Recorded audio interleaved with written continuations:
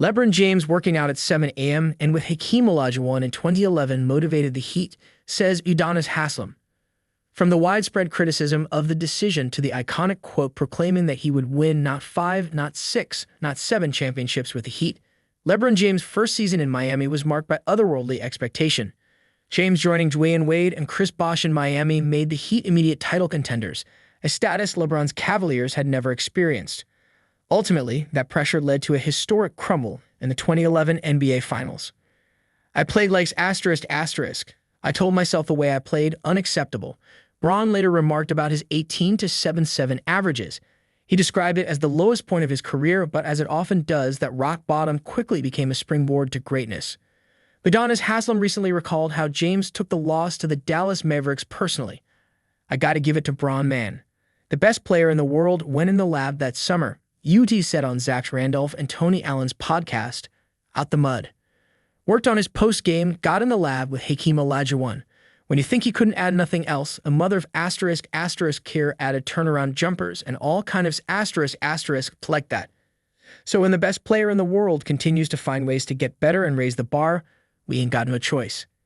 It's rare for the best player on a team to also be the hardest working. But James came into the 2012 season with a heavy chip on his shoulder.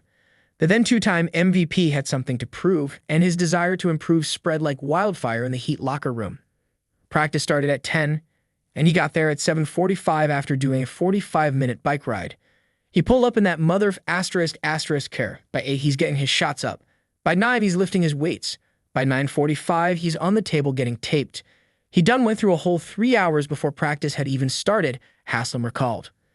Haslem claimed James set the tone for the rest of the team by holding himself accountable. And it worked, as he played some of the most dominant basketball the world will ever see the following year.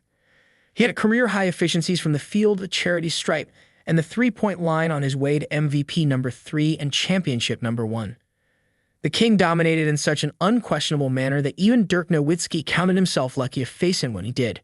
During his appearance on Thanos' Antetokounmpo's podcast, the 14-time All-Star admitted, "We got a little lucky, We saw them in year 1 where they had just gotten together, and I think they were not quite sure yet.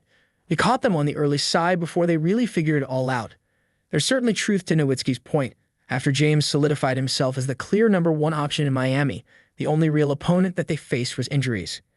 Though he couldn't lead his team to the promised 7+ championships, LeBron James' Heat remains one of 5 teams in NBA history to record 4 consecutive berths in the NBA Finals.